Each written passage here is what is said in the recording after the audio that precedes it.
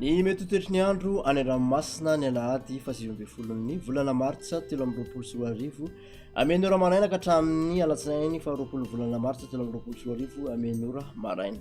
Tsy misy ny filazana manokana mahakasika ny alin-drano ho an'ny morontsiraka atsinanana kabdam ratran'ny kapesta andorana tadrifindrahona ny maraina ho maina kosa ny ankoatr'izay ho avy atsimo atsinanana na atsinanana andrivotra ka ho 7 kilometatra isan'ora. Ady mpanonja ny ranomasina avy ny onja aotra faingovalo ka hatramin'ny ray metatra.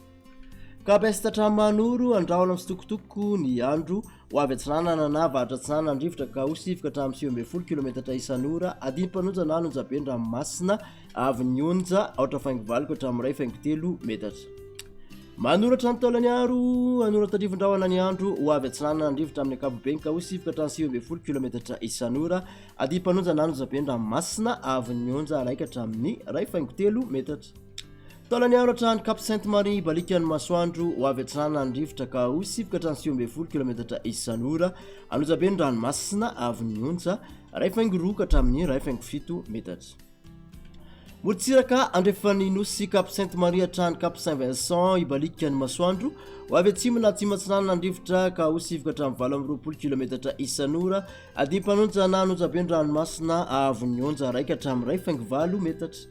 Cap Saint-Vincent hatrany Cap Saint-André andrahona sitokotoko na ibalikan'ny masoandro ho avy atsimo ndrivotra ka ho 7 ka hatramin'ny 7 kilometatra isan'ora. Ady mpanonja ny ranomasina avy ny onja aotra faingovalo metatra. Cap Saint-André hatrany Analalava anorana tadrifindrahona any avaratry Mahajanga ho maina ny ankoatran'izay iovaova ny fitsokan'ny rivotra ka ho 7 kilometatra isan'ora. Ho tony ny ranomasina avy ny onja aotra faingotelo ka hatramin'ny aotra faingodimy metatra. Analalava hatrany Cap d'Ambre anorana tadrifindrahona amin'ny fitsokotoko iovaova ny fitsokan'ny rivotra ka ho 7 ka hatramin'ny 7 kilometatra isan'ora.